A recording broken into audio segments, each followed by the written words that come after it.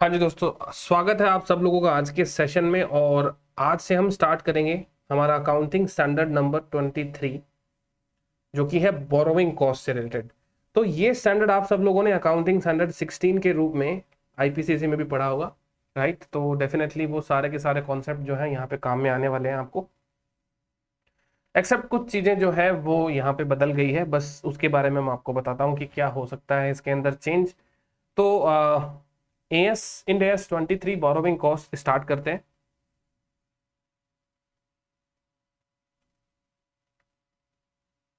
देखिए, यहां पर मैं आपको बताता हूं कि ये जो अकाउंटिंग स्टैंडर्ड है, जैसे एज यूजुअल हर अकाउंटिंग स्टैंडर्ड का काम क्या है, उससे रिलेटेड आइटम्स के बारे में बताना कि रिकग्निशन मेजरमेंट वगैरह कैसे होगा, डिस्क्लोजर कैसे होगा।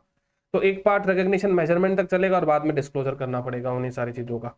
तो बेसिकली यहाँ पर सबसे पहले अपन स्टार्ट करते हैं इस चीज के अंदर, क्योंकि वो वैसे भी चीजें जो है वो एक एक करके पिक हो ही जाएगी। तो स्टार्टिंग में उन सारी चीजों को डिस्कस करके कोई मतलब नहीं है। यहाँ पे देखिए, बोरोइंग कॉस्ट मतलब ये एक स्टैंडर्ड क्या है, बेसिकली इसकी जो मेन इसका बेसिक अल्गोरिदम जो है वो इसलिए सेट किया गया था कि हम जो फाइनेंस प्रोक्योर करते हैं, है ना। अब वो फाइनेंस प्रोक्योर करते हैं तो फाइनेंस की एक कॉस्ट होती है, इंटरेस्ट कॉस्ट होती है, आपको पता है ना। तो जब भी अपन कोई चीज फाइनेंस लेते हैं तो फाइनेंस की एक कॉस्ट लगती है अपनी, और वो कॉस्ट हमारी कहाँ चली जाती है, प्रॉफिट लॉस में चली जाती है, राइट। अब जब वो कॉस्ट हमारी प्रॉफिट लॉस में चली जाती है तो वो खर्चा बन जाती है। अब ये स्टैंडर्ड जो है वो बेसिकली क्या है, एक प्रकार से एक ब्रीदर स्टैंडर्ड है। ब्रीदर का मतलब क्या होता है, रिलैक्स करता है ना। ये रिलैक्स कर देता है कि आपका जो बोरोविंग कॉस्ट है, जो फाइनेंस कॉस्ट है, वो आपके प्रॉफिट लॉस में ना जाए, बल्कि वो कहीं और चला जाए, ठीक है। और कहीं और जाने का मतलब क्या है, बेसिकली कैपिटलाइजेशन से है। सो ये स्टैंडर्ड जो है, एक प्रकार से ऐसे कहें कि इंड एस 16 के अंदर भी इस चीज को इनकॉर्पोरेट किया जा सकता था, राइट। और इंड एस 38 में भी इसको इनकॉर्पोरेट किया जा सकता था। बट अब यहाँ पर इसको 16 और 38 में इसलिए इनकॉर्पोरेट नहीं किया क्योंकि 16 और 38 दोनों में एक ही बातें लिखी जाती। इससे अच्छा इन लोगों ने क्या कर दिया, एक नया अकाउंटिंग स्टैंडर्ड बना दिया। चलो भाई, बोरोविंग कॉस्ट के रिगार्डिंग हम लोग एक नया अकाउंटिंग स्टैंडर्ड ही बना देते हैं। बाकी इस स्टैंडर्ड का काम सिर्फ यही है, कैपिटलाइज कर सकते हैं कि नहीं कर सकते। आपकी जो बोरोइंग कॉस्ट निकलेगी, आप जो फाइनेंस कॉस्ट कैलकुलेट करेंगे अपने फाइनेंस प्रोक्योरमेंट के सिलसिले के अंदर, तो जो भी आपका बोरोइंग कॉस्ट आएगा, उस बोरोइंग कॉस्ट को आप कैपिटलाइज कर पाएंगे या नहीं कर पाएंगे, ठीक है ना। तो ये कैपिटलाइजेशन का मतलब क्या हुआ यहाँ पे, आप समझिएगा। देखिए, कैपिटलाइजेशन का मतलब ये हुआ कि कोई भी इंटरेस्ट कॉस्ट है, राइट, उसको हम प्रॉफिट लॉस में ना ले जाकर किसी कैपेक्स के अंदर, मतलब किसी आपके प्रॉपर्टी प्लांट इक्विपमेंट में या फिर इंटेंजिबल एसेट्स के अंदर उसे कैपिटलाइज करते हैं। अब ऐसा कैसे कर सकते हैं, है ना। उसको कैपिटलाइज क्यों करेंगे, कैपिटलाइज क्यों नहीं करेंगे, कब कैपिटलाइज करेंगे और कब कैपिटलाइज नहीं करेंगे, इसमें कौन कौन सी बोरोविंग कॉस्ट शामिल होती है ना। बोरोविंग भी सर अलग अलग अलग प्रकार की होती है सर। एक लोन ऐसा होता है जो स्पेसिफिकली हम उसी एक्टिविटी के लिए लेते हैं, लेकिन एक लोन ऐसा होता है जो कंपनी के हर काम में काम आता है। तो सर कैसे होगा ये कैपिटलाइजेशन, बस उसी के लिए स्टैंडर्ड बन गया। कैसे कैपिटलाइजेशन किया जाएगा, यही स्टैंडर्ड आपको सिखाने वाला है। तो सबसे पहले कहता है कि देखिए, बोरोविंग कॉस्ट जो है, ठीक है, बोरोविंग कॉस्ट जिसमें कहता है दैट आर डायरेक्टली एट्रीब्यूटेबल, क्या कहता है, directly attributable to the acquisition, construction or production of a qualifying asset that are included in the cost of the asset and must be capitalized। इसलिए इन्होंने इसे क्या कहा है, बोरोविंग कॉस्ट कहा है, ठीक है। क्या क्या एलिमेंट निकलते हैं डेफिनेशन से, कि ये डायरेक्टली एट्रीब्यूटेबल है किसी कैपिटल असेट्स को खरीदने से रिलेटेड, उसे बनाने से रिलेटेड, और उसे उत्पादित करने से रिलेटेड, प्रोडक्शन से रिलेटेड। तो मतलब चाहे आप एक्विजिशन करें, चाहे आप कंस्ट्रक्शन करें, चाहे आप प्रोडक्शन करें, लेकिन करें तो करें किस चीज का, क्वालिफाइंग एसेट्स का। यानी क्वालिफाइंग एसेट्स नहीं हुआ तो फिर एक्विजिशन भी कोई काम का नहीं, कंस्ट्रक्शन भी कोई काम का नहीं, प्रोडक्शन भी कोई काम का नहीं। तो होना क्या चाहिए हमारे पास में, क्वालिफाइंग एसेट होना बहुत जरूरी है। अदरवाइज ये स्टैंडर्ड नहीं लगेगा, फिर नॉर्मल एसेट्स के ऊपर नहीं लगता। जैसे मैं गया बाजार में, मुझे एक ट्रक परचेज करना था, ट्रक बहुत बड़ा कैपिटल एसेट्स है, मैंने ट्रक परचेज कर लिया, तो ट्रक परचेज करने के लिए मैंने लोन लिया बैंक से।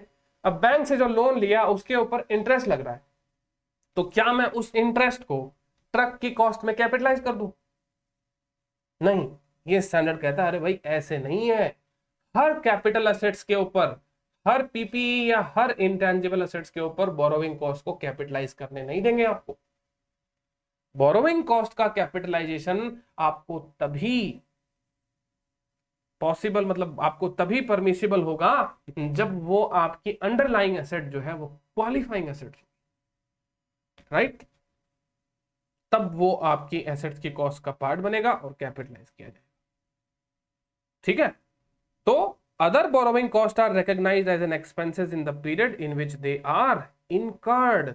इसका मतलब बोरोविंग कॉस्ट, ऊपर वाली बोरोविंग कॉस्ट को छोड़कर यदि और कोई दूसरी प्रकार की बोरोविंग कॉस्ट है तो उसे फिर आप कैपिटलाइज नहीं कर पाएंगे, उसे पीएनएल में डालना।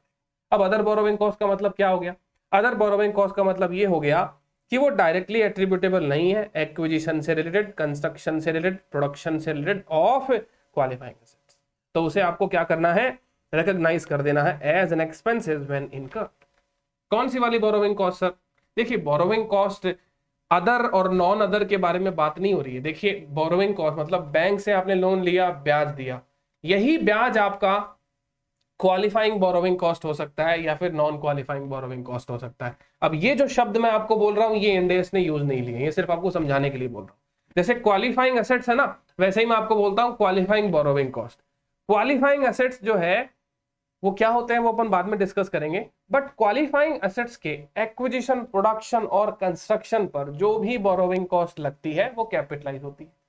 इसके अलावा वो बोरोविंग कॉस्ट जो क्वालिफाइंग एसेट्स के एक्विजिशन, प्रोडक्शन और कंस्ट्रक्शन पे नहीं लगती वो कैपिटलाइज नहीं होती है, राइट। इसका मतलब ब्याज तो एक ही है, ब्याज को अपन अलग अलग नाम से नहीं बोल रहे, फाइनेंस कॉस्ट वही होता है, everybody knows about that. But finance cost का कौन सा पोर्शन कैपिटलाइज हो सकता है और कौन सा पोर्शन नहीं हो सकता, उसके बारे में ये स्टैंडर्ड है। और जो पोर्शन कैपिटलाइज हो सकता है उसको हम कह देते हैं बोरोविंग कॉस्ट, जो कि आपका डायरेक्टली एट्रीब्यूटेबल है फॉर एक्विजिशन, प्रोडक्शन और कंस्ट्रक्शन से रिलेटेड, वो तो कैपिटलाइज हो जाता है। और बाकी की बची हुई सारी बोरोविंग कॉस्ट हमारी रेगुलर पीएनएल में जाएगी। और जैसे कि आपको पता है ये स्टैंडर्ड नहीं होता तो वैसे भी बोरोविंग कॉस्ट तो पीएनएल में ही जाती है, और कहां जाएगी? बोरोविंग कॉस्ट का स्थान और क्या है? तो स्पेसिफिक तो स्टैंडर्ड ये कैपिटलाइजेशन के बारे में बोलता है। पीएनएल में जाना, इसको पीएनएल में ले जाने के लिए इतनी कोई बड़ी बात नहीं होगी, क्योंकि एवरीबॉडी नोज की बोरोविंग कॉस्ट तो पीएनएल में जाती है। तो अब यहां पे ये कहता है कि कुछ आपकी इंटरेस्ट और अदर जो बोरोविंग कॉस्ट होती है वो होती है capitalised as part of cost of asset if directly attributable. क्या कहता है? Capitalise as part of cost of asset if directly attributable, किससे रिलेटेड? एक्विजिशन, कंस्ट्रक्शन और प्रोडक्शन से रिलेटेड। यदि क्वालिफाइंग एसेट्स होगी तो ही ये आप कैपिटलाइज कर पाएंगे। अब देखिए दोस्तों, यहां पे ये जो इंटरेस्ट की बातें हो रही है ना, ये जो इंटरेस्ट की हम बात कर रहे हैं, इसी इंटरेस्ट का एक्सप्लेनेशन था AS 16 के अंदर। बोरोविंग कॉस्ट जो AS 16 हुआ करता था आईपीसीसी के जमाने में, उसमें बोरोविंग कॉस्ट में काफी सारी चीजों का इंक्लूजन एक्सक्लूजन दिया हुआ होता था। जैसे मैं आपको देखिए लास्ट में लेके चलता हूं इस स्टैंडर्ड के, तो यहाँ पे इन्होंने देखो लिख भी रखा है। जैसे ये देखिए, बोरोविंग कॉस्ट में बताया गया था कि इंटरेस्ट, कमिटमेंट चार्जेस, है ना, अमोर्टाइजेशन ऑफ डिस्काउंट, ये वो अमोर्टाइजेशन ऑफ ये और वो, ये सब बोरोविंग कॉस्ट है। अब यहाँ पे इंडेक्स जो है वो कुछ बताता नहीं है कि इसमें क्या क्या शामिल होगा, ये होगा कि नहीं होगा, ये होगा कि नहीं होगा, ये होगा कि कुछ नहीं होगा।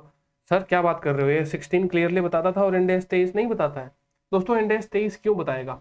अब देखो यहाँ पे आपको बेनिफिट मिलेगा फाइनेंशियल इंस्ट्रूमेंट पढ़ने का। बताइए दोस्तों, फाइनेंशियल इंस्ट्रूमेंट के अंदर आपने 109 के अंदर क्या पढ़ा है? Effective interest rate. ये एक ऐसा टर्म है, इसको बोलते ही आपको समझ में आ जाना चाहिए कि EIR के अंदर क्या क्या एडजस्टमेंट हो जाते हैं। इफेक्टिव इंटरेस्ट रेट एक ऐसी चीज है जो जेन्युइन इंटरेस्ट रेट होनी चाहिए। जैसे कॉन्ट्रैक्ट में लिखा हुआ होता है 10% इंटरेस्ट, लेकिन वो 10% नहीं है। कॉन्ट्रैक्ट में लिखा हुआ है 12% इंटरेस्ट, लेकिन वो 12% नहीं है। इफेक्टिवली कैलकुलेट करते हैं तो कुछ और ही आता है। हाँ, कैसे? जैसे मान लीजिए कि आपने 1 लाख रुपए का बॉन्ड इशू किया, इसके ऊपर कोई ट्रांजेक्शन कॉस्ट लग गई 10,000 रुपए की, तो क्या करते हो आप? उसको नेट कर देते हो 90,000 रुपए। ना 90,000 को आप फ्यूचर के कैश फ्लो से कंपेयर करते हो। तो जो भी इनफ्लोज आते हैं, आप इनकी ऐसी एक इफेक्टिव इंटरेस्ट रेट निकालते हो जो सही सही मायने में बोरोविंग कॉस्ट बनेगी। इसका मतलब EIR एक ऐसी चीज है जो सारी चीजों को एडजस्ट करके अपने आप ही बोरोविंग कॉस्ट को सही तरीके से निकाल देती है। तो आपको यहां पर दिमाग लगाने की दरकार नहीं है कि डिस्काउंट है बॉन्ड के ऊपर, बॉन्ड के ऊपर प्रीमियम है, बॉन्ड का रिडम्पशन इस पे होगा, बॉन्ड का इशू इसके ऊपर होगा। सीधी बात है सर, ईयर 0 पे कितना पैसा आया और आने वाले फ्यूचर में कितना पैसा आएगा जाएगा, इन सब चीजों को जब हम इक्वेट करते हैं और एक रेट निकालते हैं, इफेक्टिव रेट ऑफ इंटरेस्ट, जो कि 109 में हम लोग पढ़े थे, राइट। तो ये जो EIR है, ये EIR अपने आप में एक बोरोविंग कॉस्ट होती है। तो देखिए क्या कहता है, Ind AS 23 require calculation of interest expense, यानी इंटरेस्ट एक्सपेंसेस की बुकिंग अकाउंटेंसी में आप कैसे करते हैं? बुक्स में आप इंटरेस्ट कैसे बुक करते हैं? EIR से बुक करते हैं। फाइनेंशियल इंस्ट्रूमेंट में जितने भी फाइनेंशियल लाइबिलिटी के आपने एग्जांपल देखे, सबके ऊपर इंटरेस्ट की बुकिंग होती है EIR से बुक होती है। तो आप इंटरेस्ट की बुकिंग कैसे करते हो? इफेक्टिव इंटरेस्ट रेट मेथड से करते हो एज पर इंड AS 109। तो certain items therein have been deleted as some of those components of borrowing cost are considered as the component of interest expenses calculated using the effective interest rate method. तो कहने का मतलब जो item आपके borrowing cost का part बनेंगे नहीं बनेंगे, इस चीज को क्लैरिफाई करने के लिए आपको ये स्टैंडर्ड नहीं बल्कि 109 आना चाहिए। अगर 109 आता है तो आपको मालूम पड़ गया कि कौन सी चीज EIR का पार्ट बनती है, कौन सी चीज EIR का पार्ट नहीं बनती है। ये सारी बातें आपने वहां पे सीखी थी। अब उस चीज को अपन वापस दोहराएंगे नहीं, क्योंकि आप सबको पता है और आपको ज्यादा ही उसके ऊपर क्लैरिटी चाहिए, तो EIR वाला लेक्चर जाके वापस देख लो कि EIR में क्या क्या चीजें आती हैं और क्या क्या चीजें नहीं आती। उसमें खूब सारी ऐसी चीजें थी जो EIR का पार्ट नहीं बनती है ना, उसका भी आपको ध्यान रखना है। क्योंकि एग्जामिनर जो है वो डेफिनेटली ये ट्रिक आपके साथ में जरूर खेलना पसंद करेगा कि कुछ ऐसी चीजें भी दे जो EIR का पार्ट नहीं बनती है, राइट। और फिर उसमें स्टूडेंट्स को ये चॉइस लेने देते हैं कि कौन सी चीज इफेक्टिवली इंटरेस्ट को बनाने वाली है। फाइनेंस कॉस्ट किससे बनता है? तो उसके अंदर काफी सारे आइटम ऐसे थे जो EIR का पार्ट बनते हैं और काफी सारे आइटम ऐसे थे जो नहीं भी बनते। तो आपको वो ध्यान रहने चाहिए, ठीक है। अब सुनिए,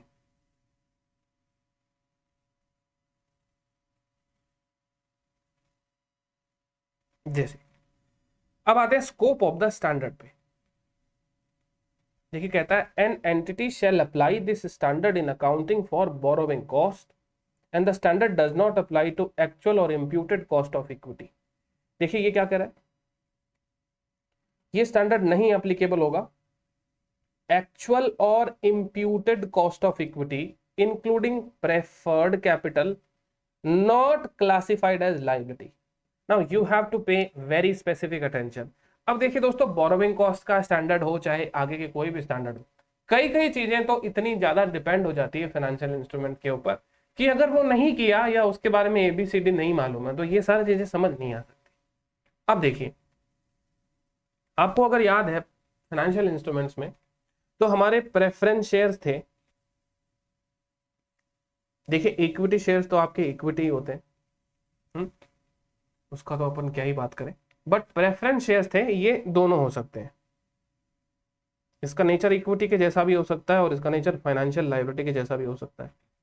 तो अगर फाइनेंशियल लायबिलिटी नेचर के आपके प्रेफरेंस शेयर है, और इंडिया में तो फाइनेंशियल लायबिलिटी नेचर के प्रेफरेंस शेयर्स होंगे क्योंकि उनका रिडम्पशन जरूरी है ना, भारत में उनका रिडम्पशन होना जरूरी है।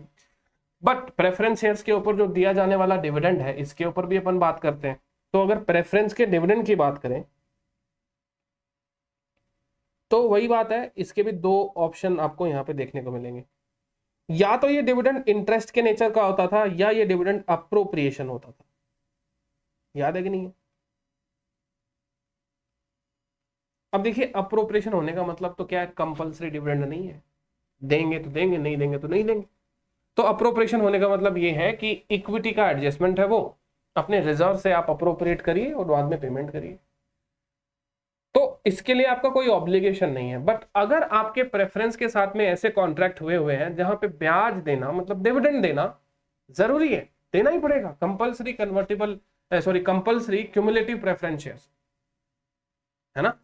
तो अगर आपके क्यूमुलेटिव प्रेफरेंस शेयर्स हैं जिनका आपको डिविडेंड जो है वो देना ही पड़ेगा, तो देना ही पड़ेगा इसका मतलब आपका ऑब्लिगेशन आ गया। तो वो डिविडेंड कहाँ है, वो तो फिर बाद में ब्याज है। ये तो बात अपन फाइनेंशियल इंस्ट्रूमेंट में समझ गए थे, है ना। तो प्रेफरेंस का ऐसा डिविडेंड जो इंटरेस्ट को रिप्रेजेंट करता है, राइट, उस चीज को छोड़ दीजिए। बाकी कोई भी डिविडेंड जो है, इक्विटी का डिविडेंड हो चाहे प्रेफरेंस का डिविडेंड हो, वो इस स्टैंडर्ड का पार्ट नहीं बनेगा, ठीक है ना। समझ रहे हो मेरी बात। इस स्टैंडर्ड का पार्ट वही बनेगा जो सही मायने में फाइनेंशियल लायबिलिटी है और जो संस्था को पे करना पड़ेगा, मतलब वो ब्याज का खर्चा होना चाहिए। आप उसे डिविडेंड बोल रहे हो, बोलने को तो कुछ भी बोल दो, है ना। ऊपर से नाम देखिए क्या कहता है, सब्सटेंस ओवर फॉर्म है आईएफआरएस का सबसे बड़ा कैरेक्टरिस्टिक्स।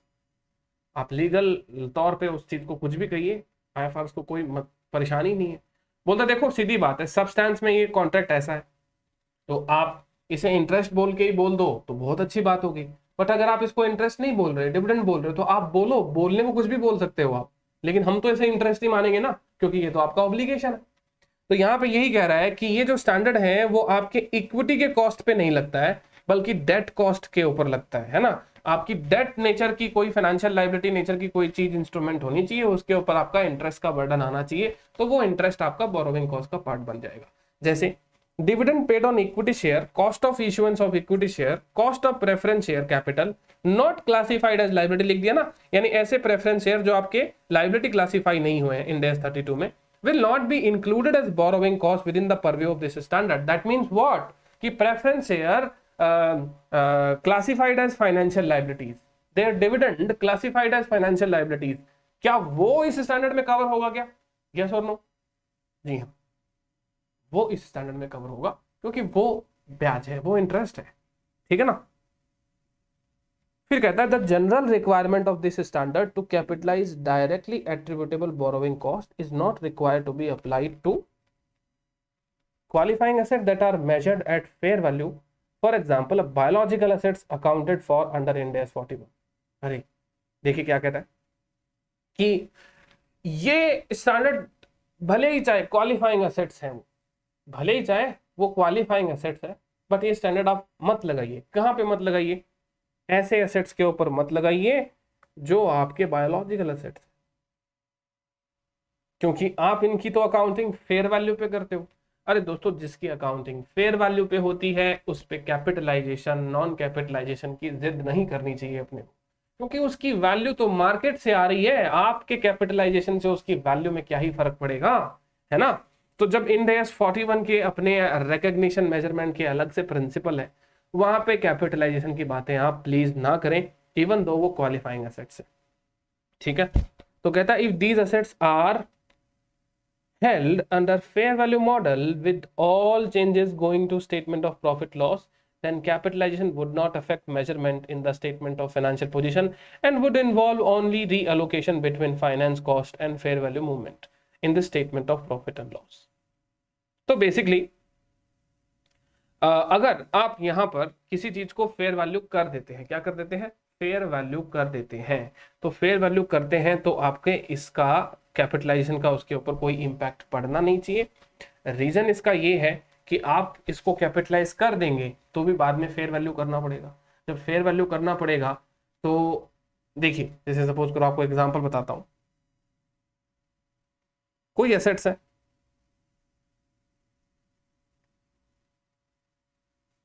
ठीक है, और इस एसेट्स का अभी वैल्यू है 100, आपने इसके ऊपर 10 रुपए का कैपिटलाइजेशन किया, ठीक है, क्वालिफाइंग एसेट्स था ये, आपने इसके ऊपर 10 रुपए बोरोविंग कॉस्ट कैपिटलाइज कर दिए, तो ये हो गया 110 रुपए। फिर क्या होगा? आप इसको फेयर वैल्यू करेंगे। फेयर वैल्यू कैसे करेंगे? आपने जबरदस्ती बोरोविंग कॉस्ट कैपिटलाइज कर दिया, बाजार में तो फेयर वैल्यू 10 रुपए, 100 रुपए ही है इसकी, तो जब आप इसको फेयर वैल्यू 100 करेंगे तो इसके ऊपर आपको फिर से -10 रुपए करना पड़ेगा, तो ये हो जाएगा फिर से 100 रुपीज। तो हुआ क्या कि आपका जो बोरोविंग कॉस्ट है 10 रुपए का, वो आपने कैपिटलाइज किया, और 10 रुपए से आपने एसेट्स को क्या कर दिया, फेयर वैल्यू गिरा दी उसकी। तो एसेट्स के ऊपर तो फर्क ही नहीं आया ना, एसेट तो 100 रुपए का पहले भी था, एसेट 100 रुपए का बाद में भी है। आपने क्या किया, बोरोविंग कॉस्ट को फेयर वैल्यू बना दिया। इसी चीज को तो ये क्या कह रहा है, would involve only reallocation between finance cost and fair value movement in the statement of P&L। तो आपने क्या किया, एक प्रकार से फाइनेंस कॉस्ट जो कि बोरोविंग कॉस्ट है उसे आपने फेयर वैल्यू मूवमेंट में ट्रांसफर कर दिया, बस यही तो हुआ है।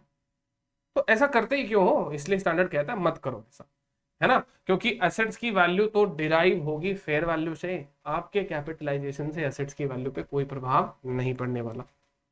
फिर कहता है, फिर ये जो बी वाला पार्ट है ना, इसको बड़ा इंपॉर्टेंट मार्क कर लीजिएगा, है ना, बहुत इंपॉर्टेंट चीज है ये। क्या कह रहा है देखिए, इन्वेंट्रीज दैट आर मैन्युफैक्चर्ड और otherwise produced in large quantities on a repetitive basis, है ना, अंडरलाइन भी कर लीजिएगा इन सारे वर्ड्स को, एक तो लार्ज क्वांटिटीज और रिपीटेटिव बेसिस, ये दो वर्ड को इंपॉर्टेंटली आप यहां पे अंडरलाइन कर लीजिएगा। Even if they take a substantial period to get ready for sale, तो ऐसी चीज के ऊपर आपको कहता है नहीं लगाना चाहिए। कहता है this exemption acknowledge the difficulty both in allocating borrowing cost to such inventories and monitoring those borrowing cost until the inventories are sold. तो यहाँ पे ये जो एग्जम्पशन है ना, यहाँ पे ये स्टैंडर्ड आपको एक प्रकार से गाइडेंस देता है कि आप, है ना, ऐसी चीजों के ऊपर बोरोविंग कॉस्ट को कैपिटलाइज ना ही करें तो अच्छा है, राइट। इसके ऊपर अपन और आगे चर्चा करेंगे डिटेल के अंदर कि ये क्या है सर, इन्वेंट्री जो लार्ज क्वांटिटी में मैन्युफैक्चर करी जाती है और जो रिपीटेटिव बेसिस पे मैन्युफैक्चर करी जाती है, इसका मतलब क्या होता है मैं आपको आगे बताऊंगा, राइट। तो बेसिकली बट आपको यहाँ पे ध्यान बस इतना ही रखना है कि इनके ऊपर ये स्टैंडर्ड ना लगाएं तो ज्यादा बेहतर होगा, राइट। हालांकि ये जो बी वाला पार्ट है इसके ऊपर अपन ये स्टैंडर्ड लगा सकते हैं, मतलब यहाँ पर ये देखिए ये क्या कहता है कि ये एग्जेम्पशन आपको एक प्रकार से दी जाती है, यहां पर ये आपको एग्जेम्पशन दी जाती है, इसलिए देखो क्या वर्ड यूज किया है, दिस एग्जेम्पशन, ठीक है, ये आपको यहाँ पे एग्जेम्पशन दी गई है। बट यहाँ पे जो फर्स्ट वाला पार्ट है ना, इसमें कोई एग्जेम्पशन नहीं है, ये तो इन डेज 41 के मेजरमेंट प्रिंसिपल पे फेयर वैल्यू हो रही है चीजें। तो जब ये 41 के मेजरमेंट प्रिंसिपल पे चल रहा है, फेयर वैल्यू हो रही है, तो जिस चीज को आप फेयर वैल्यू कर रहे हो उसमें बोरोविंग कॉस्ट कैपिटलाइज ना करो, बल्कि बी वाले पार्ट में हमारे पास में एग्जाम्पशन है। अब कैसे होगा ये तो मैं आपको इसका क्वेश्चन कराऊंगा अभी थोड़ी देर बाद में, तो आपको पता चल जाएगा। चलिए अब सबसे पहले बात करते हैं की डेफिनेशन में, और की डेफिनेशन में पहला पॉइंट आता है अपना बोरोविंग कॉस्ट। बोरोविंग कॉस्ट में देखिए क्या बताया गया है, these are interest and other cost that an entity incurs in connection with the borrowing of funds। borrowing cost may include, पहला, interest expenses calculating using EIR as described in 109, ठीक है। Interest in respect of lease liability recognise in accordance with Ind AS 116, तो ये 116 हमारा नहीं हुआ है, but AS 19 भी आप याद कर सकते हो। हम जब लीज की लायबिलिटी बुक करते थे, present value of minimum lease payment, है ना, तो जो भी लायबिलिटी बुक करते थे फिर बाद में वो धीरे धीरे जब अपन वापस उसको पे करते थे तो टेबल बनाते थे ना एक, तो ब्याज लगाते थे लायबिलिटी की वैल्यू पे, तो वो जो लायबिलिटी की वैल्यू पे जो ब्याज लगाते थे वो क्या है, इंटरेस्ट का खर्चा ही तो है। तो इन डेज 116 के हिसाब से जो आपका इंटरेस्ट का खर्चा आता है वो अलग चीज है, ठीक है, जो कि 109 से थोड़ा सा अलग कैलकुलेट होता है वो। फिर कहता है exchange differences arising from foreign currency borrowing to the extent that they are regarded as an adjustment to the interest cost. ये भी दोस्तों आपके आईपीसीसी में एक क्वेश्चन हुआ करता था, ठीक है ना, सेम टू सेम क्वेश्चन आपको यहाँ पे मिलने वाला है, सेम ही क्वेश्चन रहेगा वो। तो कई बार क्या होता है कि फॉरेक्स लॉस होते हैं, आपको करेंसी फ्लक्चुएशन की वजह से आपको लॉस हो रहा है, तो कितना करेंसी फ्लक्चुएशन हमारा बोरोविंग कॉस्ट ट्रीट किया जाएगा और कितना करेंसी फ्लक्चुएशन हमारा फॉरेक्स लॉस ट्रीट किया जाएगा, इसके ऊपर ये स्टैंडर्ड गाइडेंस देता है। और जो फॉरेक्स लॉस है वो पीएनएल में जाएगा, और जो ब्याज है जो बोरोविंग कॉस्ट माना जाएगा करेंसी फ्लक्चुएशन का, वो पार्ट जो बोरोविंग कॉस्ट माना जाएगा उसे हम एलिजिबल करवाएंगे कैपिटलाइजेशन के लिए, यदि वो शर्तें को पूरा करता है तो, ठीक है। फिर आती है सबसे इंपॉर्टेंट बात अपनी क्वालिफाइंग एसेट्स। तो जैसा कि आपको मैंने बताया स्टार्टिंग में कि borrowing cost borrowing cost borrowing cost ये तो है भाई, लेकिन बोरोविंग कॉस्ट लगनी कैसे चाहिए? Acquisition, production, construction of qualifying assets, इसका मतलब क्वालिफाइंग एसेट नहीं हुआ तो बोरोविंग कॉस्ट के स्टैंडर्ड की बात ही नहीं करेंगे। तो सबसे पहले तो क्वालिफाइंग एसेट भी आपको चेक करना है कि है कि नहीं है कहीं, अदरवाइज हम बाद में दिमाग क्यों लगाएंगे अगर क्वालिफाइंग एसेट नहीं होगा तो देखिए, qualifying asset is an asset that necessarily takes a substantial period of time to get ready for its intended use or sale। अब सुनिए, सेम बात आपने कब पढ़ी थी? आईपीसीसी में पढ़ी थी, सेम ही डेफिनेशन है ना? बस आईपीसीसी में सब्सटैंशियल पीरियड ऑफ टाइम पे अकाउंटिंग स्टैंडर्ड्स इंटरप्रिटेशंस इशू किए गए थे आईसीआई के द्वारा। जैसे यहाँ पे भी इंड एस के ऊपर काफी सारे जो है वो इंटरप्रिटेशंस जो है मतलब इशू किए जाते हैं टाइम टू टाइम। वैसे ही अकाउंटिंग स्टैंडर्ड में इंस्टीट्यूट ने एएसआई इशू कर रखा था। एएसआई का मतलब होता है अकाउंटिंग स्टैंडर्ड इंटरप्रिटेशन। उसमें बताया था कि ये सब्सटैंशियल पीरियड ऑफ टाइम को हम जनरली 12 मंथ मानते हैं। अब ये तो ठहरे आईएफआरएस। अब आईएफआरएस यदि 12 मंथ को डिफाइन कर देंगे कि ये सब्सटैंशियल पीरियड ऑफ टाइम है तो वो गलत हो जाएगा। गलत ऐसा हो जाएगा कि हालात बदल गए, जज्बात बदल गए, तो वैसे ही आपका ये जो 12 महीने का टाइम पीरियड है वो भी बदल जाता है। समझ रहे हो ना? डिपेंड करता है facts and circumstances of the case के ऊपर। समझ रहे हो? तो फैक्ट्स एंड सर्कमस्टांसेस वारंट करते हैं कि वो चीज सब्सटैंशियल है या नहीं। हो सकता है 4 महीने भी सब्सटैंशियल पीरियड हो और हो सकता है 13 महीने भी ना हो। अब इस चीज के ऊपर हम लोग जिद आपस में 1 to 1 नहीं कर सकते, क्योंकि इसके लिए हमें और भी बहुत सारे डेटा की जरूरत है। तो आईएफआरएस बिल्कुल भी इस चीज को डिफाइन नहीं करता है कि what is substantial period of time. Academically हम लोग कंसिडर कर सकते हैं कि 12 महीना मान लेते हैं सब्सटैंशियल पीरियड ऑफ टाइम है, अनटिल अनलेस हमारे क्वेश्चन में कुछ और ना दिया गया हो। अगर क्वेश्चन के फैक्ट्स हमें ये मजबूर कर रहे हैं कि आपको इसे सब्सटैंशियल पीरियड ऑफ टाइम नहीं मानना है तो आप नहीं मानेंगे, और क्वेश्चन का फैक्ट्स आपको मजबूर कर रहा है कि ये तो सब्सटैंशियल है भाई, कि क्वेश्चन से ही डेटा से ही ये बात निकल के आ रही है सब्सटैंशियल पीरियड ऑफ टाइम है ये, तो फिर बाद में आप उस चीज को बिल्कुल सब्सटैंशियल पीरियड ऑफ टाइम में काउंट करेंगे, है ना? तो there is no definition. Again इस चीज के ऊपर आपको ध्यान रखना है। तो कहता है example of qualifying assets are manufacturing plants, real estate and infrastructure assets such as bridges and railways etcetera. ये तो जबरदस्त क्वालिफाइंग एसेट्स है। जैसे कोई रियल एस्टेट बिल्डर्स की बात कर लें तो रियल एस्टेट बिल्डर्स की जो बिल्डिंगें होती है उसको बड़ा समय लगता है बनने के अंदर।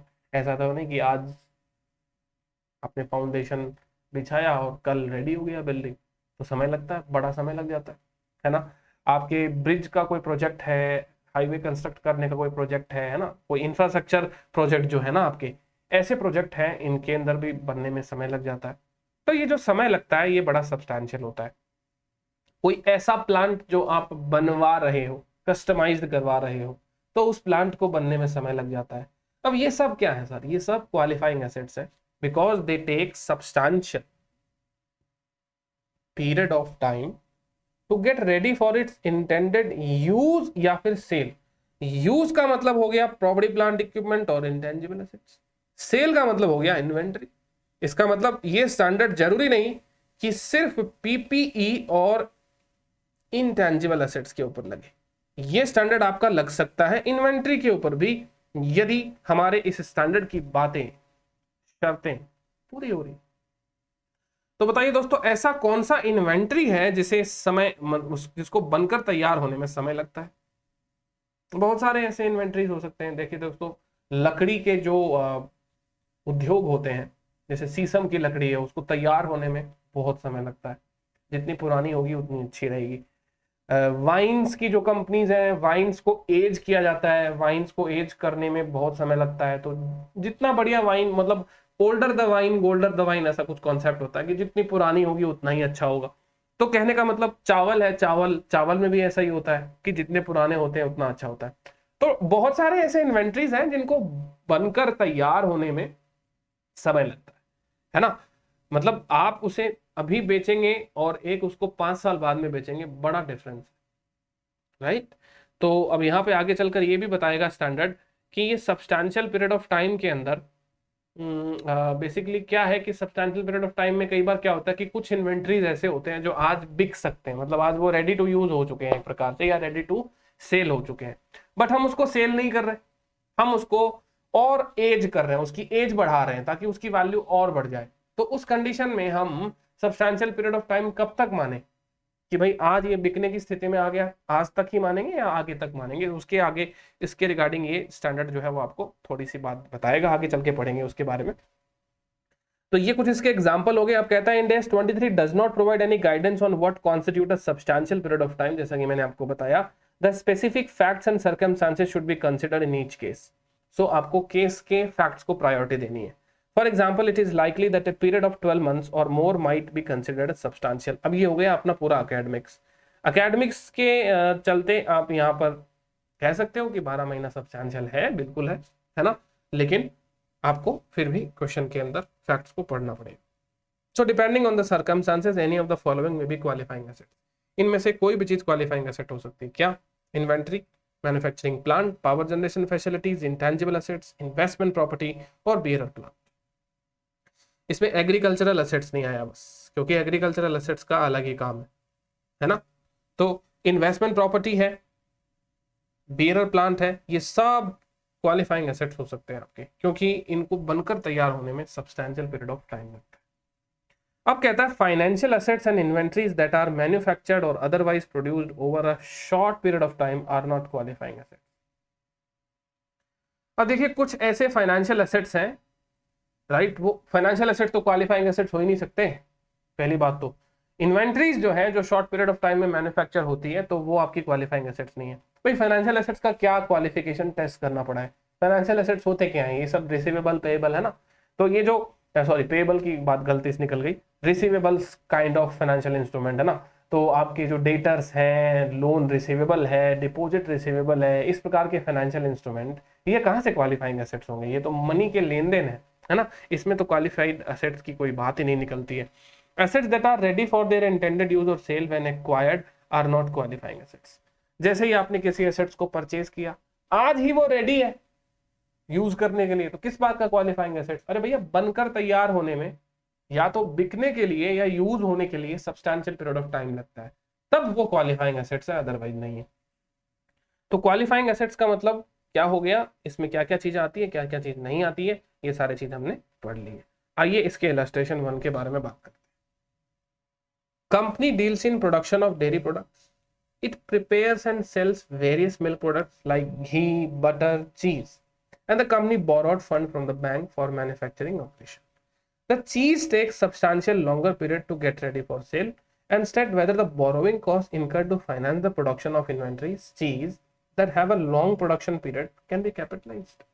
बताइए क्या बोरोइंग कॉस्ट को कैपिटलाइज करेंगे नहीं करेंगे? वो तो आपका लास्ट आंसर होगा। आंसर्स कहां से देना स्टार्ट करेंगे? सबसे पहले तो ये देखेंगे कि बोरोइंग कॉस्ट एलिजिबल है क्या, क्वालिफाइंग एसेट्स है क्या, ये दोनों यस यस हो गया तो फिर कैपिटलाइज कर दो, अदरवाइज मत करो। तो पहले आपको लड़ाई किस बात की करनी है? देखिए बोरोइंग कॉस्ट तो इसके अंदर है, ब्याज तो आपका लग रहा है, तो बोरोइंग कॉस्ट में तो हमारा कोई लड़ाई झगड़ा रहेगा नहीं, राइट। अब अपने को सबसे इंपॉर्टेंट चीज ये है, प्रूव ये करना है कि इन्वेंट्री क्वालिफाइंग एसेट्स है। ये चीज आप प्रूव कर दीजिए तो कैपिटलाइज हो जाएगा, नहीं कर पाओगे तो कैपिटलाइज नहीं हो पाएगा। तो बताइए क्या होना चाहिए? हाँ जी, तो बेसिकली चीज को तैयार होने में समय लगता है। अब समय कितना लगता है उस पर डिपेंड करता है ना। अब हमारे पास में क्वेश्चन में और तो कोई फैक्ट है नहीं, तो अज्यूम करो, जो भी अज्यूम करोगे वही चीज है। अब ये कह रहा है कि भाई अपने पास में चीज को बनने के अंदर लॉन्ग प्रोडक्शन पीरियड लगता है। तो लॉन्ग प्रोडक्शन पीरियड लगता है तो भाई ठीक है, हमारे पास में इस चीज के अगेंस्ट में जब तक कोई एविडेंस नहीं है तब तक हम इसको सही मान लेंगे। तो ठीक है, लगता है तो आप इसको कैपिटलाइज कर दो, है ना। So Ind AS 23 does not require the capitalisation of borrowing cost for inventories that are manufactured in large quantities on a repetitive basis, right. Scope out किया था इसने, बट एग्जाम्पशन शब्द इस्तेमाल किया था ना। तो देखिए अब ये रिपीटेटिव बेसिस पे आप इस चीज को प्रोड्यूस करते हो, तो अब आप चाहे तो लगा भी सकते हो इसके ऊपर, वो एग्जाम्पशन आपके मन पे है। मतलब आप चाहो तो कैपिटलाइजेशन कर सकते हो, चाहो तो नहीं कर सकते हो। अब ये कौन डिसाइड करेगा? ये आपकी एपी डिसाइड करेगी, और ये इरिवोकेबल होती है। देखिए अकाउंटिंग पॉलिसी ऐसा नहीं कि पिछली साल तो कर दिया इस साल नहीं करेंगे, इस साल नहीं किया अगली साल कर देंगे, ऐसा नहीं हो सकता। तो यहाँ पे आपको क्या करना है दोस्तों, यहाँ पे आपको एक अपनी अकाउंटिंग पॉलिसी डिसाइड करनी है कि whether you want to capitalise such borrowing cost on your inventory part which are going to produce in larger quantity basis और on a repetitive basis, क्योंकि ये कोई चीज ऐसा है कि मैंने एक बार प्रोड्यूस कर दिया तो बंद थोड़ी ना हो जाएगा, तो डेली प्रोडक्शन होता रहता है इसका। तो यहां पर स्टैंडर्ड कहता है कि यार मत करो, मैं तो कहता हूं कैपिटलाइजेशन, बट अगर आप चाहते हो तो इस एग्जाम्पशन को ना भी लो, आपको इच्छा है आपकी इन्वेंटरी की कॉस्ट आपको बढ़ानी है ना, तो आप इसको इन्वेंटरी में कैपिटलाइज भी कर सकते हो। तो बेसिकली दोस्तों क्या है ना कि देखिए इन्वेंट्री की कॉस्ट जितनी ज्यादा आएगी मार्जिन आपके उतने कम दिखेंगे। तो जनरली लोग क्या सोचते हैं कि यार रहने देते हैं इसके अंदर, है ना, इन्वेंट्री में कैपिटलाइज कर देंगे तो इन्वेंट्री की कॉस्ट सीओजीएस बढ़ जाएगा, सीओजीएस बढ़ जाएगा तो क्या होगा फिर बाद में, ना जीपी जीपी कम आएगा, एनपी कम आएगा, मार्जिन कम हो जाएंगे। तो यहाँ पे स्टैंडर्ड को वैसे भी कोई परेशानी भी नहीं है, क्योंकि ये अगर रिपीटेटिव बेसिस पे काम हो रहा है तो हम यहाँ पे आपको एग्जाम्पशन दे देते हैं। अब आपकी इच्छा, आप करना चाहो तो वेल एंड गुड, नहीं करना चाहो कोई दिक्कत वाली बात नहीं है यहाँ पे। तो कहता है however interest capitalization is permitted as long as the production cycle takes a substantial period of time as with the cheese। Okay, तो इसका सॉल्यूशन आपको समझ में आ गया होगा। आइए सेकेंड इलस्ट्रेशन पे आते हैं। Company is in the process of developing computer software, the asset has been qualified for recognition purpose, however the development of computer software will take substantial period of time to complete। खुद ही कह रहा है कि ये software जो है इसको बनने में बड़ा समय लगेगा। Can computer software be termed as qualifying assets? क्या हम इंटेंजिबल एसेट्स को भी क्वालिफाइंग एसेट्स कह सकते हैं? Is management intention considered when assessing whether an asset is a qualifying assets? क्या मैनेजमेंट का इंटेंशन जो है हमें कंसिडर करना चाहिए कि क्वालिफाइंग एसेट्स है या नहीं है? उस चीज को असरटेन करने के लिए क्या हमें मैनेजमेंट का इंटेंशन को कंसिडर करना चाहिए? चलिए दोस्तों सेकंड क्वेश्चन की बात तो बाद में करेंगे, पहले तो ये बताओ क्या ये सॉफ्टवेयर क्वालिफाइंग एसेट हो सकता है कि नहीं हो सकता?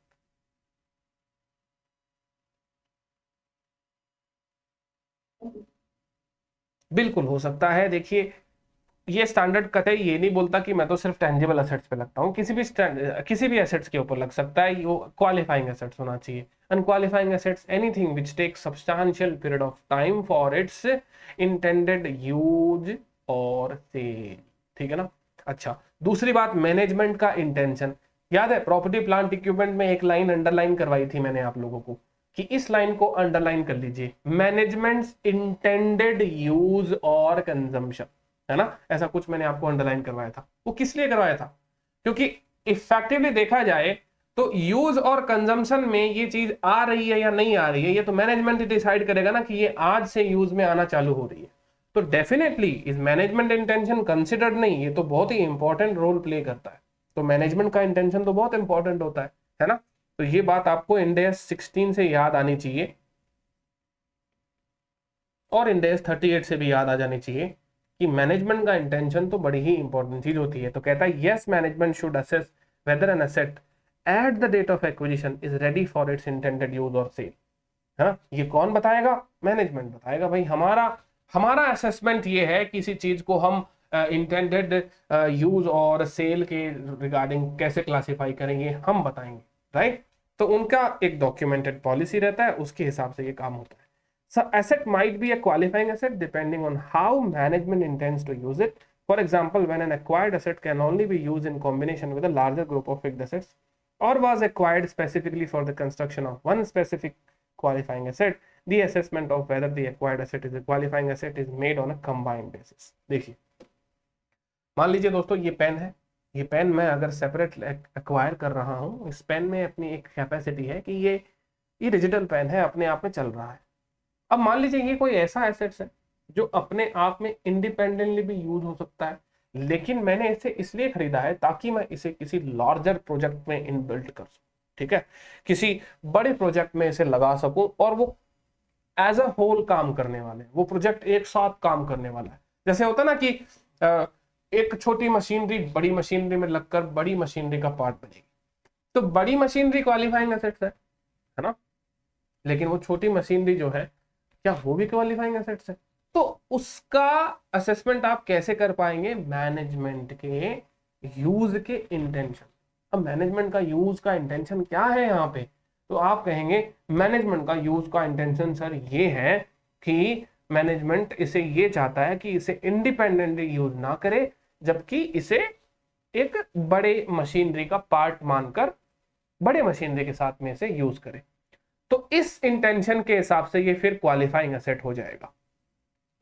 इवन दो हमने एक रेडीमेड एसेट्स परचेज कर लिया, फिर भी वो क्वालिफाइंग एसेट हो जाएगा, बिकॉज वो लार्जर इंटीग्रेशन लेवल पर काम करने वाला है। लेकिन मैनेजमेंट का इंटेंशन ये है कि ये एसेट्स को इंडिविजुअली ही मेजर किया जाएगा। ये एसेट्स इंडिविजुअल काम करने वाला है, ये किसी के साथ में एम्बेड नहीं करने वाला। इसको एम्बेड नहीं करना, अपने को एम्बेडेड नहीं करना किसी दूसरे एसेट के अंदर, किसी दूसरे एसेट्स का पार्ट नहीं बनाना। इसे हम ऐसे ही यूज करने वाले हैं, तो जिस दिन आपने खरीदा उसी दिन से वो यूज के लिए अवेलेबल है। तो मैनेजमेंट इंटेंशन तो बड़ा ही इंपॉर्टेंट हो जाता है ना। और मैनेजमेंट इंटेंशन से क्वेश्चन का आंसर भी चेंज हो जाता है। जो चीज क्वालिफाइंग एसेट्स है वो चीज नॉन क्वालिफाइंग एसेट भी बन जाएगी मैनेजमेंट के इंटेंशन की चेंज से। आई थर्ड क्वेश्चन में आते हैं। Telecom company has acquired a 3G license. License could be sold or licensed to a third party. However, management intends to use it to operate a wireless network. Okay. Development of the network starts when the license is acquired.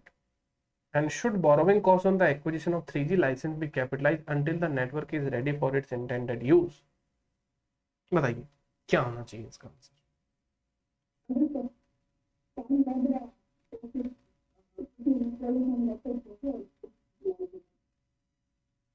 Okay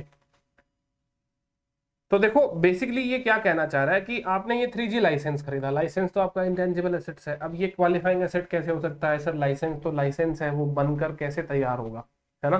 तो basically licence, केवल licence लेके आप थोड़ी ना operate कर सकते हो। Licence के बाद में आपको कई सारा इंफ्रास्ट्रक्चर भी लेना पड़ेगा। प्रोजेक्ट चालू होगा, कब चालू होगा, प्रोजेक्ट चालू होने में समय लग सकता है। तो एक बड़े लेवल पर आपको जो प्रोजेक्ट चालू करना है उसका एक पार्ट है लाइसेंस। तो अगर आप उस प्रोजेक्ट के बारे में एज अ होल सोचोगे ना, तो लाइसेंस क्वालिफाइंग एसेट्स है, क्योंकि उसको समय लगेगा। उसको क्या समय लगेगा? उसको समय लगेगा एक लार्जर प्रोजेक्ट के ऊपर इंटीग्रेट होने में और उसको ऑपरेशन में आने में। तो मैनेजमेंट का इंटेंडेड यूज यहाँ पे रोल प्ले करेगा ना डेफिनेटली। और वैसे भी बात है, मैं इस लाइसेंस को बेच तो सकता हूँ किसी थर्ड पार्टी, बट मेरा थर्ड पार्टी को बेचने का इंटेंशन ही नहीं है ना। हाँ, अगर मैं ऐसा लाइसेंस खरीदता और खरीदते से ही भेज देता, यही मेरा अकाउंटिंग मॉडल है, यही मेरा बिजनेस मॉडल है, इस प्रकार से मैं बिजनेस चलाता हूँ, तो फिर बाद में क्वालिफाइंग एसेट नहीं है। पहले दिन से खरीदा, रेडी टू यूज है, रेडी टू सेल है ये। तो जब रेडी टू सेल है तो क्वालिफाइंग एसेट नहीं है। लेकिन मेरा इंटेंडेड यूज क्या है? What is the management's intended use? तो management intended use is to use this 3G licence in a project. और वो मेरा प्रोजेक्ट क्या है? जैसे रिलायंस है, वही है, रिलायंस ने पहले लाइसेंस लिया सरकार से। अब वो लाइसेंस लिया तो रिलायंस अब क्या है, उस लाइसेंस को किसको बेचने वाली थोड़ी ना है, बेचने वाली नहीं है। वो अपना खुद का प्रोजेक्ट बनाने वाली है। अब रिलायंस का जियो का इंफ्रास्ट्रक्चर बिल्ड हुआ, उसके अंदर वो लाइसेंस काम में आ रहा है, राइट। तो जब तक वो जियो का इंफ्रास्ट्रक्चर पूरा बनकर तैयार नहीं हो जाता, तब तक वो क्या है? क्वालिफाइंग एसेट्स है। तो बिल्कुल ये क्वालिफाइंग एसेट्स है ना, कोई दिक्कत वाली बात इसके अंदर नहीं होगी। चलिए चौथे इलस्ट्रेशन में आते हैं। Real estate building company has incurred expenses for the acquisition of permit allowing the construction of a building. It has also acquired equipment that will be used for the construction of various buildings. Okay.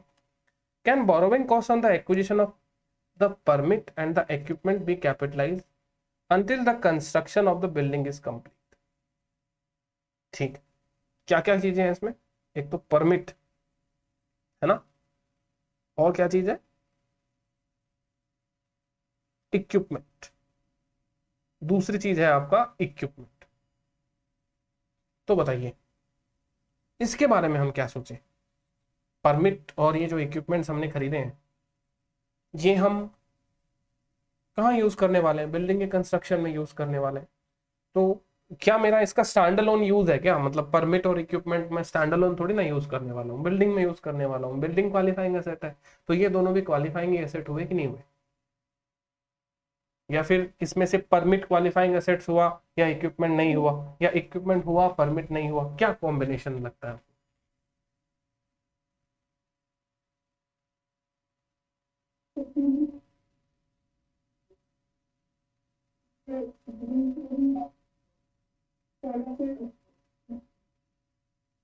देखो यहाँ पे मैं बताता हूँ, ये देखो permit है ना, परमिट तो क्या है, स्पेसिफिक इसी बिल्डिंग से रिलेटेड हो गया, ये बिल्डिंग बनाएंगे उसी के लिए परमिट है, दूसरी बिल्डिंग बनानी है दूसरा परमिट लीजिए। तो परमिट तो डेफिनेटली क्वालिफाइंग एसेट हो सकता है, वो ये लाइसेंस है, पिछले क्वेश्चन में जो लाइसेंस था वही परमिट है यहाँ पे, तो ये लाइसेंस के जैसा ही हो गया। अब इक्विपमेंट की बात करें ना, तो इक्विपमेंट में एक केस के अंदर ऐसा फैक्ट है, वो ये कहता है कि ये इक्विपमेंट किसी दूसरे बिल्डिंग के भी काम में आ सकता है, ये इक्विपमेंट किसी दूसरे बिल्डिंग के भी काम में आ सकता है, इसका मतलब इसका तो जेनरिक यूज है, इस इक्विपमेंट का इस प्रोजेक्ट में कोई स्पेसिफिक यूज नहीं है, ये किसी दूसरे प्रोजेक्ट में भी काम में आ सकता है। तो ये तो एक प्रकार से रेडीमेड एसेट हो गया, जिसे आप कहीं पे भी काम में ले सकते हो। तो इसके रिगार्डिंग क्या करना चाहिए, इसके रिगार्डिंग हम इसको कह सकते हैं क्या कि ये क्वालिफाइंग एसेट्स है, या फिर स्ट्रिक्टली नो आंसर होगा इसका, बताइए। हाँ जी, तो मैं इसको एक्सप्लेन कर देता हूँ इक्विपमेंट वाले पार्ट को। ये जो इक्विपमेंट है ना, जो हम इस कंस्ट्रक्शन के अंदर यूज ले रहे हैं, that will be use for the construction of various building, various building मतलब ये केवल इस बिल्डिंग में नहीं, ये बहुत सारे बिल्डिंग में काम में आने वाला है।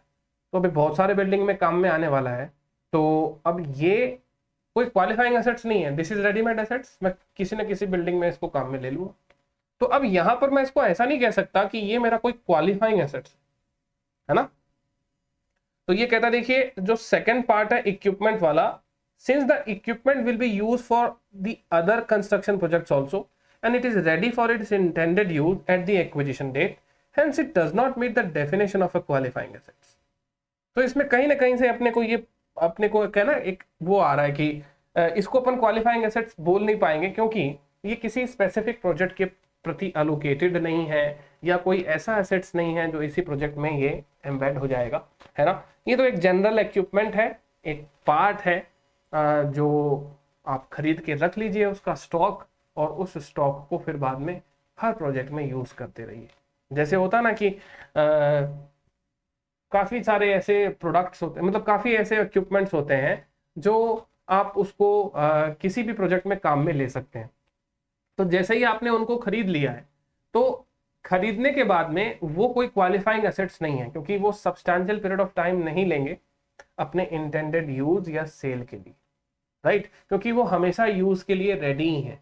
तो उनको यूज के लिए रेडी होने के लिए कोई सब्सटैंशियल पीरियड ऑफ समय नहीं लगेगा, ठीक है। अब इंडेस 23 के अंदर हमारे इंस्टीट्यूट ने एजुकेशनल मटेरियल भी इशू कर रखा है। तो जैसा कि मैंने आपको बता रखा है कि जहां जहां पे भी हमारा एजुकेशनल मटेरियल होता है, मैं आपको हर उस अकाउंटिंग स्टैंडर्ड में एजुकेशनल मटेरियल के क्वेश्चंस भी कराऊंगा। तो इसके बाद में हमारे कुछ नए टॉपिक्स स्टार्ट हो जाएंगे। तो अभी तक जो भी अपन ने पढ़ लिया क्वालिफाइंग एसेट और बोरोविंग कॉस्ट के बारे में, उसके लगे हाथों यहां से भी क्वेश्चन कर लेते हैं। तो आइए सबसे पहले यहां पे देखो, ये सवाल आता है, सबसे पहला सवाल देखिए, कहता है Grapevine Limited is in the business of producing wine in large quantities on repetitive basis in its wine making facilities. It finances the production of wine through external loans. Should the interest cost incurred by it to finance the production of wine be capitalized as per Ind AS number 23? Okay, देखिए large quantities है, repetitive basis है ना, और borrowing cost लग रही है, interest cost लग रही है। तो जैसा कि हमने अभी पढ़ा,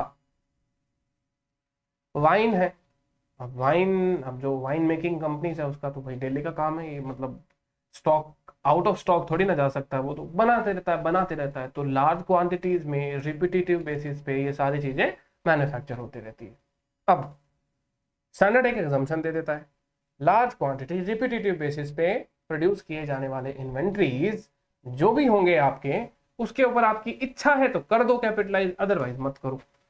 तो पहले तो आप ये समझिए, प्रिंसिपली कैपिटलाइज हो सकता है क्या? The answer is yes, principally आप बिल्कुल कैपिटलाइज कर सकते हो। Now you have exemption available with you, whether you want to avail that exemption or not, it depends totally on your accounting policy. If your accounting policy permits to do the capitalization of the borrowing cost, then you can do so, otherwise आप उस चीज को ignore कर दीजिए, ठीक है ना। तो बस इसका आंसर यही होगा। अब इसके आंसर को आप जैसा इनका फ्लो है वैसे ही पढ़ें। लास्ट में मैं आपका कंक्लूजन जो है वो डिस्कस कर देता हूँ, बट मैं आपको यही होमवर्क देता हूँ, बाकी सारी चीजें तो अपन कर ही लेते हैं। ऑलमोस्ट सारे के सारे क्वेश्चंस मैं आपको क्लास में करा देता हूँ। इतना ही है, बस आप इन सारे के सारे क्वेश्चंस को A to Z तक जो भी इनका जो आंसर लिखा रहता है ना, उनको पूरा एकदम अच्छे से पढ़िएगा, है ना। चलिए, in the given case, since Grapevine Limited is producing wine which takes substantial period of time to get ready for sale in large quantities on a repetitive basis, therefore as per paragraph number 4b of Ind AS 23, it may elect हम choose कर सकते हैं to either apply Ind AS 23 and capitalize the interest cost directly attributable to production of wine, or it may choose to expense these costs in profit or loss. So it should disclose the same in the notes to accounts and must follow the same consistently. तो यहां पर notes to accounts में disclose करने का मतलब यही है कि अकाउंटिंग पॉलिसी डिस्क्लोज कर दीजिए with regards to the large quantity repetitive basis production, है ना। आइए ना क्वेश्चन नंबर सेकंड में आते हैं। PQR Limited is in the process of constructing a large manufacturing plant in a backward area. Due to the unavailability of housing resources in the backward area, it has also purchased a residential building which is to be used for housing the workers engaged in the construction of the plant. Okay, तो plant के जो construction में जो worker लगे हुए हैं उनको आराम करवाने के लिए एक बिल्डिंग हमने एक्वायर कर ली. So the purchase cost of the building is met by raising a long-term loan from a bank, and the company intends to dispose of the building once the construction of the manufacturing plant is complete. तो हमने एक building बनाई है केवल workers के रहने के लिए. प्रोजेक्ट कंप्लीट होते ही हम बिल्डिंग को डिस्पोज ऑफ कर देंगे. ठीक है. Assuming that the manufacturing plant meets the definition of qualifying assets, would the borrowing cost incurred on fund borrowed to purchase the residential building be eligible for capitalization? देखिए, plant तो qualifying assets है, ऐसा तो हमारा question कह रहा है साफ साफ. बट जो वो वर्कर को आराम कराने के लिए जो हमने वो बिल्डिंग बनाई, क्या वो बिल्डिंग पे जो हमने लोन लिया, जो फाइनेंस लिया था, उसके ऊपर जो हमारा ब्याज लगेगा, क्या उस ब्याज को हम कैपिटलाइज कर सकते हैं कि नहीं कर सकते? बताइए. देखिए, तो बेसिकली अब यहां पर आपको सोचना है कि ये जो आपने एक बिल्डिंग बनाया, ये बिल्डिंग बेसिकली क्यों बनाया है? ताकि आपके वर्कर जो हैं वो उसमें आराम कर सके. और जैसे ही आपका प्रोजेक्ट खत्म हो जाता है, आप उस बिल्डिंग को डिस्पोज ऑफ कर देंगे. तो सबसे पहले वही बात है, क्या ये डायरेक्टली एट्रीब्यूटेबल कंस्ट्रक्शन का खर्चा है? मतलब आपके इस प्लांट मशीनरी जिस चीज को भी आप बनाने के लिए ये काम कर रहे हो, जो वो तो क्वालिफाइंग एसेट्स है ही. क्या उसको करने के लिए ये खर्चा किया गया है? The answer is yes. क्योंकि इस बिल्डिंग का और कोई दूसरा यूज ही नहीं है. ये बिल्डिंग आपने सिर्फ इसलिए बनाई है ताकि आपका जो कंस्ट्रक्शन ऑफ क्वालिफाइंग एसेट्स है उसमें उसकी हेल्प हो सके. तो उसी के ऊपर ये डायरेक्टली एट्रीब्यूटेबल है, सिंस प्रोजेक्ट खत्म होने के बाद में हम इस बिल्डिंग को डिसमेंटल करके बाहर निकल जाएंगे, भाग जाएंगे वहां से. ठीक है. तो अब सीधी बात है, यहाँ पर ये खर्चा जो है ये डायरेक्टली एट्रीब्यूटेबल है टू द प्रोजेक्ट. तो इस बिल्डिंग के ऊपर जो भी आपका खर्चा आ रहा है, राइट, वो भी क्वालिफाइंग एसेट्स है. और इसका मतलब आपने जो लोन लिया है इस बिल्डिंग के रिगार्डिंग, उस लोन के ऊपर आप जो इंटरेस्ट चुका रहे हो, वो बोरोविंग कॉस्ट भी एलिजिबल होगा कैपिटलाइजेशन के लिए. तो देखिए इसका आंसर क्या है, देखते हैं जरा. In the given case, the expenditure incurred to construct the residential building is related to construction of a qualifying assets and is incidental thereto. क्या है ये? Incidental खर्चा है. मतलब ये करना ही पड़ेगा. होता ना कि कई बार सब्सिडरी एक्टिविटीज भी जो है वो कंस्ट्रक्शन का पार्ट हो जाती है. वैसे furthermore, PQR Limited intends to dispose of the residential building on completion of the construction of manufacturing plant, and the only reason it has purchased. ठीक है ना. सो building is for the construction. हमारा reason क्या है इस चीज को purchase वगैरह कंस्ट्रक्ट करने का? तो ये है कि केवल और केवल construction of the manufacturing plant. Therefore, it can be said that the finance cost incurred by PQR on the funds borrowed to purchase the residential building are borrowing costs directly attributable to the acquisition, construction, or production of a qualifying asset. क्या है, directly attributable है या नहीं है, यही तो आपको जो एसोसिएशन है वो प्रूव करना है, और वो हमको यहाँ पे देखने को मिल रहा है। सो ये आपका जो भी बोरोविंग कॉस्ट होगा एलिजिबल फॉर कैपिटलाइजेशन होगा, hence such borrowing cost should be capitalised as a part of the cost of manufacturing plant according to the requirement of this index. चलिए अब आते हैं थर्ड क्वेश्चन पे। M Limited entered into a contract with the shipbuilder company S Limited and ordered it to construct 3 ships for its fleet on 1st April 2018. The term of the contract are commercially negotiated as per which M Limited makes a down payment of 25% of the contract value of each of the ship and the balance amount is to be paid at the time of delivery. 25% advance, 75% post delivery. The contract also specifies that the construction activity for all the 3 ships should be completed by not later than financial year 2023. 2023 तक construction आपका पूरा हो जाना चाहिए। मार्च 1 2019 को the ship builder inform that planning and designing activity being substantive activities for the said ships is in progress but construction activity has not commenced for any of the 3 ships. अच्छा, M Limited pays the down payment out of long term borrowings taken from a scheduled bank and is incurring borrowing cost on the same. Is it permissible for M Limited to capitalize borrowing cost for the financial year ended 31st March 19 और 31st March 2020? देखिए दोस्तों, standard तो बड़ा ही simple है, borrowing cost है, borrowing cost qualifying asset पे लगेगा तो कैपिटलाइज हो जाएगा, एवरीबॉडी नोज अबाउट दैट। जब केस आता है ना सामने, तब असली परीक्षा लगती है अपनी कि क्या हम फैक्ट्स को समझ पा रहे हैं कि नहीं पा रहे, और चीजों को हम मतलब अप्लाई कर पा रहे नहीं पा रहे। तो देखिए दोस्तों, ज्ञान बड़ा ही लिमिटेड है। बोरोविंग कॉस्ट को कैपिटलाइज होना है क्वालिफाइंग एसेट्स में, बट ये बोरोविंग कॉस्ट है कि नहीं, क्वालिफाइंग एसेट्स है कि नहीं, ये डिसीजन करने वाले हम लोग ही हैं और हमारा क्वेश्चन है। तो ये वही बात है, अगर कोई नया क्वेश्चन बन के आता है तो बस वहां पे आपको अपना दिमाग चलाना, फ्रीली बस आप अपना दिमाग चलाओ और पता लगाओ कि भाई क्या होना चाहिए, तो पता लगाओ इसके अंदर भी क्या होना चाहिए आपके हिसाब से, फिर हम डिस्कस करते हैं इस क्वेश्चन को भी। हाँ जी, तो देखिए दोस्तों, ये वाला जो क्वेश्चन है थोड़ा सा आगे के कॉन्सेप्ट से आ गया है, बट कोई दिक्कत वाली बात नहीं है, इस चीज को हम लोग यहाँ पे डेफिनेटली डिस्कस कर सकते हैं। ये कहना चाह रहा है कि बोरोविंग कॉस्ट का कैपिटलाइजेशन चालू कब से होगा। तो चाहे अपन वो सम से पढ़े चाहे यहाँ से पढ़े, बात एक ही है, चालू होने की इसकी कुछ कंडीशंस, इसको आपको रट ही लेना है एज इट इज, है ना। ये 3 जो पॉइंट आप देख रहे हो ना यहाँ पे, इसको एकदम बढ़िया तरीके से रटना है आपको, जितना बढ़िया रटोगे उतना ही अच्छा होगा, ठीक है। ये 3 बातें पढ़ो, इसको हम कहते हैं commencement of capitalisation. Borrowing cost का कैपिटलाइजेशन चालू तभी होगा जब ये 3 कंडीशन, और कंडीशन मतलब ये प्लस प्लस है, तीनों की तीनों, all of the following condition यदि आपकी सेटिस्फाई होगी ना, तभी आप बोरोविंग कॉस्ट कैपिटलाइजेशन चालू कर सकते, ठीक है। तो ये स्टडी मटेरियल में भी यही बात लिखी हुई है, यहाँ पे भी वही बात लिखी हुई, बात एक ही है। तो ये प्रोविजन वाला पार्ट हो गया। तो कैपिटलाइजेशन ये 3 चीजों के होने के साथ ही कमेंस होता है।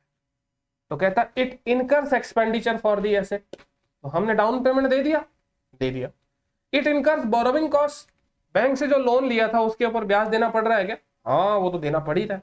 तीसरी सबसे इंपॉर्टेंट बात, it undertakes activities that are necessary to prepare the assets for its intended use or sale।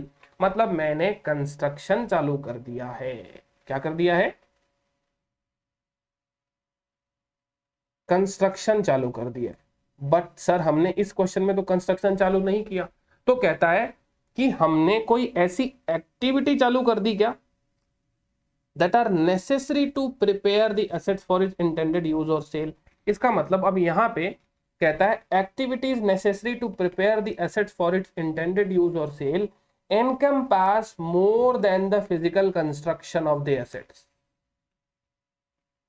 क्या इसे लाइन इसको देखिएगा, more than the physical construction of the asset, that means they include technical administrative work prior to the commencement of physical construction, such as the activities associated with obtaining permits prior to the commencement of the physical construction. इसका मतलब ये जो planning वाला element है ना, planning part, designing part, ये सारा का सारा एक प्रकार से एंसिलियरी ऑक्सिलियरी सर्विसेज मान लिया जाता है, और हम ये मान लेते हैं कि कंस्ट्रक्शन चालू हो गया। तो कंस्ट्रक्शन स्टार्ट हो गया है, ये सिर्फ और सिर्फ फिजिकल कंस्ट्रक्शन से नहीं इंटरप्रेटेड किया जाए। समझ में आ गई बात? तो देखिए इस पर्टिकुलर चीज को पढ़ने के बाद में अब अपने को इसका आंसर अपने आप ही आ गया। ये जिस चीज में हम अटके थे, आई होप अब वो आपको क्लियर हो जाएगा। क्या क्लियर हो जाएगा? क्या हम इसको मान सकते हैं क्या?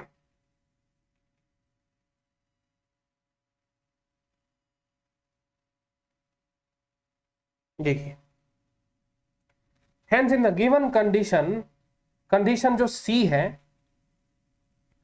for M Limited is also met on 1st April 2018 itself, as S Limited is undertaking planning and designing activities.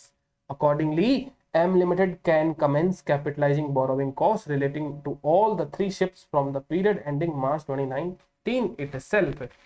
देखिए दोस्तों, यहाँ पर भले ही कंस्ट्रक्शन मैं नहीं कर रहा लेकिन किसी और से करवा रहा हूँ ना। अब ऑब्वियसली बात है, कंस्ट्रक्शन मैं तो नहीं करूंगा। देखिए कई बार क्या होता है, ऑन साइट कंस्ट्रक्शन होता है और कई बार ऑफ साइट कंस्ट्रक्शन होता है। ऑफ साइट कंस्ट्रक्शन मतलब किसी वेंडर को हमने कॉन्ट्रैक्ट दिया है और वो कहीं और पे कंस्ट्रक्शन कर रहा है, बाद में हमें डिलीवर कर देगा ना, कोई दिक्कत वाली बात नहीं है। तो ऐसे कॉन्ट्रैक्ट भी तो क्या है हमारे, जो आपको एक कॉन्सेप्ट याद है क्या कि कैपिटल एडवांस और एक कॉन्सेप्ट होता है कैपिटल WIP। कैपिटल एडवांस और एक होता है capital work in progress. Capital advance में हम क्या करते हैं, किसी कॉन्ट्रैक्टर को हम कोई पैसा दे देते हैं, ये लीजिए और आप जब भी एसेट्स बन जाए तो हमें डिलीवर कर देना, है ना। किसी वेंडर को पैसा दे देते हैं और वो बाद में वो जाने, उसका काम जाने। और एक होता है capital work in progress. Capital work in progress का मतलब क्या होता है, वेंडर यहाँ पे भी हो सकता है बट बेसिकली कंस्ट्रक्शन की सारी जिम्मेदारी आपकी है। कंस्ट्रक्शन की सारी जिम्मेदारी आपकी है। तो अगर आपके WIP प्रोजेक्ट्स हैं जिसमें ऑब्वियसली वेंडर ही काम करेगा, आपको थोड़ी ना बनाना आता है शिप, आप थोड़ी ना घर पे बैठ के बना लोगे, तो पार्टी तो वो थर्ड पार्टी रहेगी दोनों केस के अंदर। बट एक क्या है, सारा खर्चा आपकी जिम्मेदारी है। या तो वेंडर को आप उसके हर हर हर कॉन्ट्रैक्ट के प्राइसिंग तरीके अलग अलग होते हैं। वेंडर बोलता है कि आप बस मेरे को एडवांस देते रहो, मैं अपने आप मटेरियल लेबर लाके आपके साइट पे तो नहीं बना सकता। अब शिप है तो शिप तो बनाना पड़ेगा एक ऐसे जगह पे जहाँ पे वो कंफर्टेबल रह पाएंगे, है ना। तो उसकी अलग ही एक प्रकार की एरिया होती है जहाँ पे उसको मैन्युफैक्चर किया जाता है। तो basically it doesn't makes any sense कि उसको कौन बना रहा है, आप बना रहे हो, कोई और बना रहा है। मेन चीज ये है कि वो आपका एक WIP प्रोजेक्ट है और वो WIP प्रोजेक्ट जैसे जैसे बनता जाएगा उसके अंदर बोरोविंग कॉस्ट कैपिटलाइज होती जाएगी बिकॉज शिप जो है वो डेफिनेटली एक क्वालिफाइंग एसेट्स है और उसको सब्सटैंशियल पीरियड ऑफ टाइम जरूर लग रहा है ना। चलिए इसके बाद में अब प्रैक्टिकल क्वेश्चंस आ गए हैं, तो वापस आ जाते हैं किताब में। एक्सचेंज डिफरेंस जो आपका बोरोविंग कॉस्ट होगा, ये तो सबसे लास्ट में करेंगे अपन, इसको अभी नहीं करेंगे इस टॉपिक को। पहले हम बोरोविंग कॉस्ट के बारे में समझेंगे, बाद में उसके बारे में बात करेंगे, ठीक है। तो आइए अब रिकग्निशन वाले पार्ट के ऊपर बात करते हैं। Borrowing costs that are directly attributable to the acquisition, construction or production of qualifying assets are capitalized as part of the cost of the qualifying assets, and such borrowing costs are capitalized when below two conditions are satisfied. It is probable that it will result in future economic benefits to the entity and the cost can be measured reliably.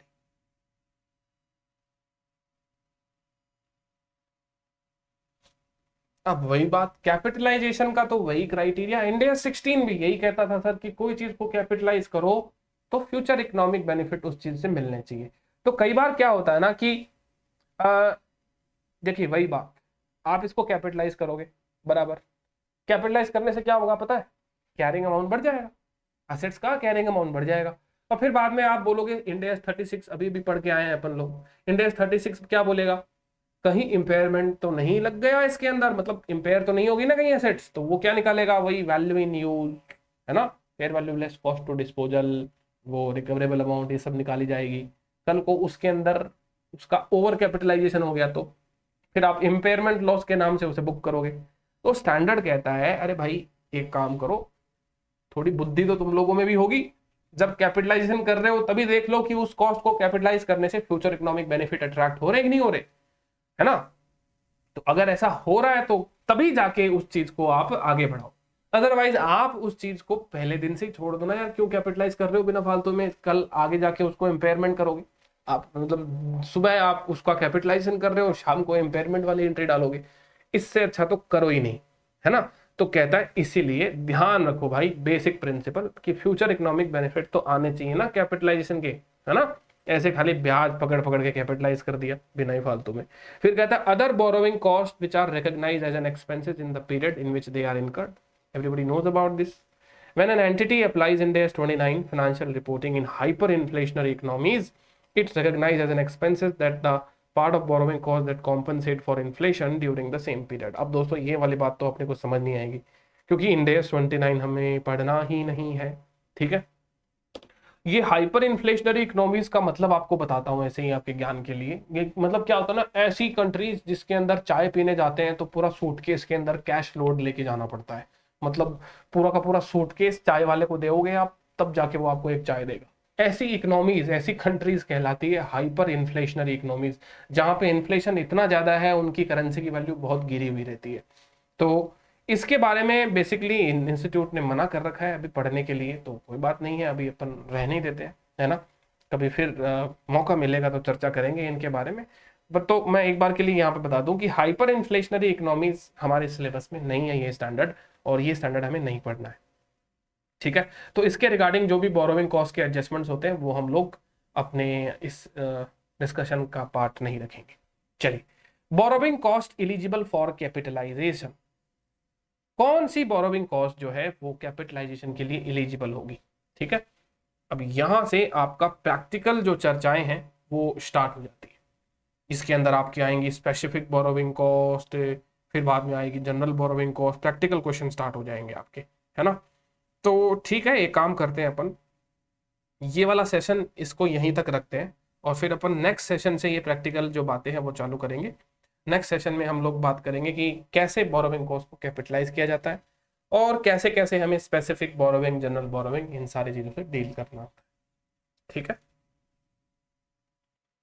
Okay दोस्तों, तो फिर मिलते हैं हमारे next session के अंदर जहां पे हम डिस्कस करेंगे इसके practical aspect. Thank you guys, thank you so much.